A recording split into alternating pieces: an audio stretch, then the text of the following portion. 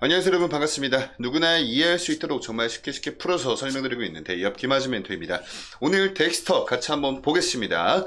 자, 오늘의 주제는요, 앞으로 이 덱스터 종속회사의 행보가 중요한 이유에 대해서 좀 설명을 드려보는 시간 가져볼 겁니다. 우선 제가 우리 덱스터 관련된 영상을 지금까지 촬영을 해오면서 가장 직전 영상에서 이 덱스터 크레마라는 종속회사에 대해 설명을 드리고 뭐 그런 관련된 내용들 하나씩 짚어드렸던 것 같은데, 오늘도 가장 최근에 우리 덱스터의 종속회사인 덱스터 크레마에 관련된 이슈가 올라왔습니다. 그래서 이 부분에 대해서 같이 한번 좀 살펴보는 시간 가져갈 거고요. 결과론적으로는 우리 덱스터의 주식 가격, 즉 주가에 긍정적인 영향을 미치기 위해서는 아무래도 이 지속 가능성이 중요할 것 같아요. 이 지속 가능성이 뭐냐면 바로 실적입니다. 근데 실적의 근간이 될 수 있는 매출이죠, 매출.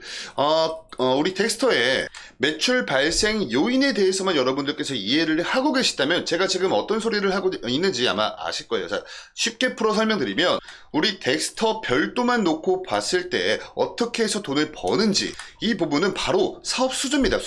수주 계약을 통한 매출 발생, 그러니까 좀 단편적이다라는 겁니다. 그러니까 지속이 되지 않고 사업 수주 계약을 딱 내면은 매출이 발생되는 이런 부분이다 보니까 이 지속 가능성이 사실은 굉장히 불투명해요. 그렇지만 이 덱스터의 자회사인 덱스터 크레마는요, 이 지속 가능한 매출을 뽑아줄 수 있는 그런 사업 아이템으로 사업을 하고 있는 그런 기업입니다. 그렇기 때문에 우리 덱스터의 실적도 좋아지기 위해선 일단 지속 가능성이 중요하다, 이렇게 좀 말씀을 드릴 수가 있을 것 같고요. 관련된 내용 오늘 저와 함께 하나하나 살펴보겠습니다. 자, 우선 제가 지난번 영상에서 이 덱스터 크레마가 인플루언서 공동구매 플랫폼 세일텍, 요걸 통해서 하루 만에 억 단위 성과를 냈다는 뉴스 기사를 통해서 같이 한번 소개를 드렸었죠.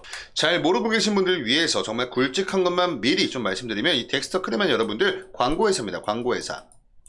이 광고를 통한 수익을 창출을 하고 있는 그런 기업이에요.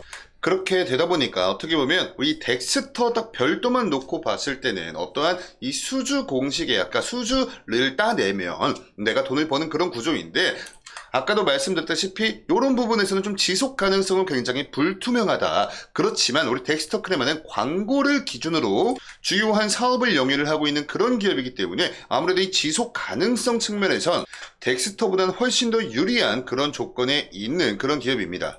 그리고 제가 지난번 영상을 찍고 나서 그 이후에 24년도 1분기 분기 보고서가 공시를 통해서 올라왔습니다. 그래서 우리 덱스터의 24년도 1분기 실적이 확정이 되었죠. 그 부분에 대해서 같이 한번 좀 보시면요, 이 영업수익이 여러분들 매출액입니다.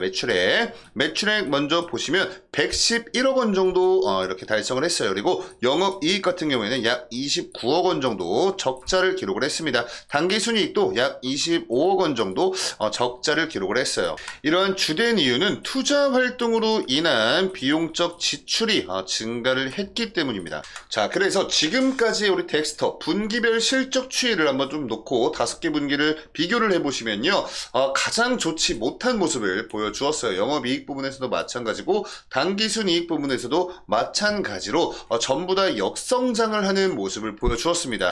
그래서 지금 현재 여러한 부분이 다 주가에 고스란히 반영이 되면서 주가 또한 굉장히 좋지 못한 흐름을 이어가고 있다. 바로 직전 분기와 놓고 비교를 해보더라도 전부 다 역성장이 일어났고요. 전년 동기랑 놓고 비교를 하더라도 역성장을 이뤄냈다, 이렇게 평가를 할 수가 있을 것 같아요. 자, 그래서 제가 영상 오프닝에서도 이제 좀 자회사를 통한 이런 실적 개선을 기대를 해볼 필요가 있다 라고 설명을 드렸죠. 자, 덱스터의 자회사, 그 중에서도 가장 대표적인 이 덱스터 크레마만 놓고 한번 좀 보겠습니다. 아랫부분이 23년도 연간 실적이고요, 위에 부분이 24년도 1분기 실적이다, 이렇게 놓고 보시면 되는데, 23년도 연간 실적을 보시더라도 우리 덱스터 크레마가 가장 많은 매출을 발생시켰고, 또 24년도 1분기 또한 가장 많은 매출을 발생을 시켜줬어요. 23년도 연간 매출액 같은 경우에 287억 원 이렇게 기록을 해주었고요.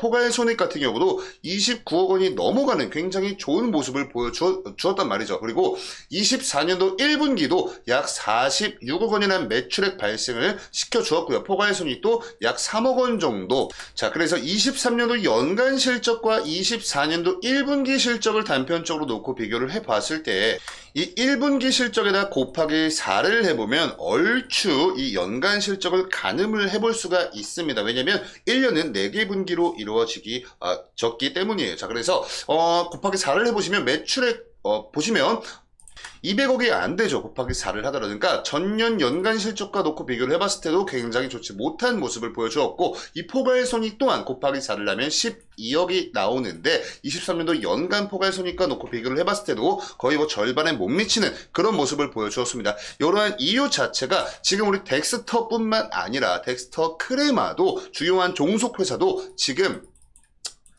투자 활동을 굉장히 열심히 하고 있어요. 어떤 투자냐면 바로 기술 개발과 또 이 기술을 개발하기 위한 인력들, 인력 충원 이쪽에 굉장히 좀 많은 비용들을 투자를 하고 있습니다. 그래서 이 덱스터, 모회사인 덱스터뿐만 아니라 자회사인 덱스터 크레마 또한 굉장히 지금 이렇게 투자 활동을 열심히 하고 있기 때문에 이제 이런 부분들이 언제 회수가 되는지가 사실 우리한테는 가장 중요할 수 있다는 내용이죠.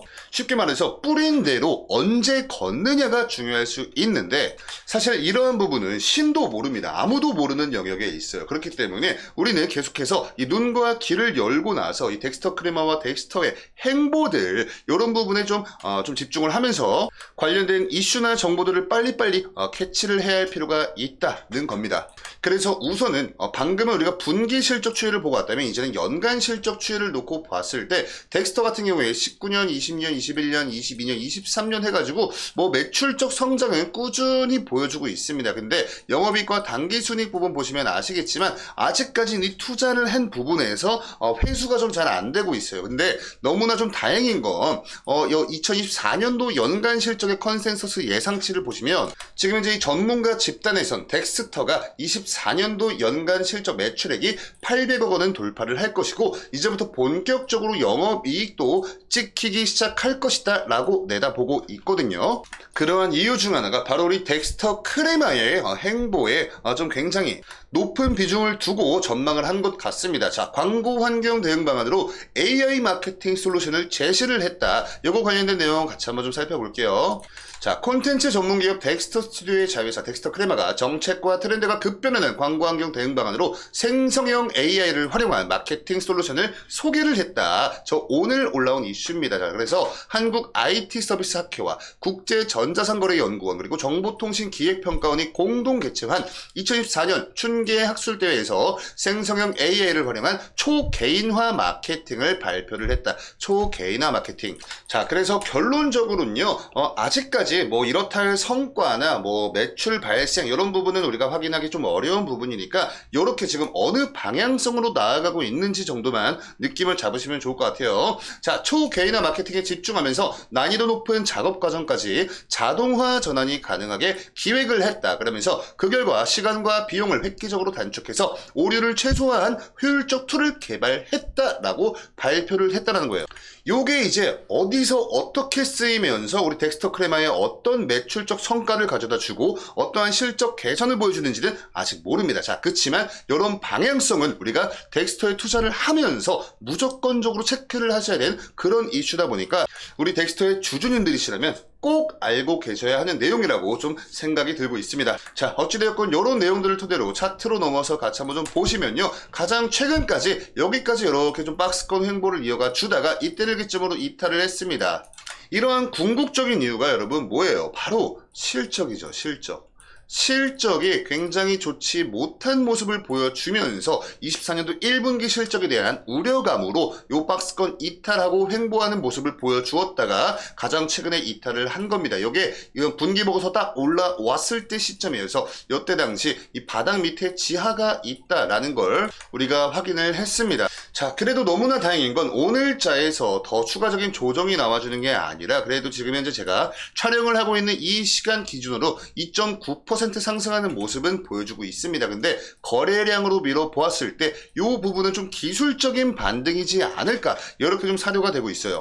어떠한 수급이 들어와 주면서 받쳐주면서 주가 상승이 나오고 있는 게 아니라 좀 어느 정도 이제 여기는 이제 저점이다라는 저가 매수세가 들어오면서 기술적인 반등이 나오고 있는 것이다. 이렇게 설명을 드릴 수가 있을 것 같고요. 어찌되었건 단기적으로 요 근처가 좀 바닥인 거는 일단은 1차원적으로 확인이 됐습니다. 그래서 우리가 이제 좀 중요시 봐야 될 부분은 뭐냐면 요 구간에서 계속해서 지지를 받아주는지 요게 1차원적으로는 가장 중요합니다. 그리고 두 번째가 오늘 장에서 요 21선 근처에서는 저항에 밀리는 모습을 보여주었는데 요 11선 근처가 저항 구간으로 작용을 하는지 아니면 요 21선 근처에서 저항으로 작용을 하는지 요 부분을 두 번째 포인트로 좀 바라보시면서 투자를 한다면 보다 더 안전한 투자를 하실 수 있지 않을까 이렇게 좀 생각을 하고 있고요. 무엇보다 중요한 건 여러분들 정보입니다. 자, 그렇기 때문에 추가적인 이슈나 정보들 올라온다면 제가 바로바로 브리핑을 드리니까요. 저희 데이업 채널 구독 버튼 한 번씩 부탁드리고 오늘 영상의 내용이 여러분께 도움 되셨으면 영상에도 좋아요 버튼으로 많은 응원 한 번씩 부탁드리면서 저는 다음 영상으로 인사드릴게요. 감사합니다.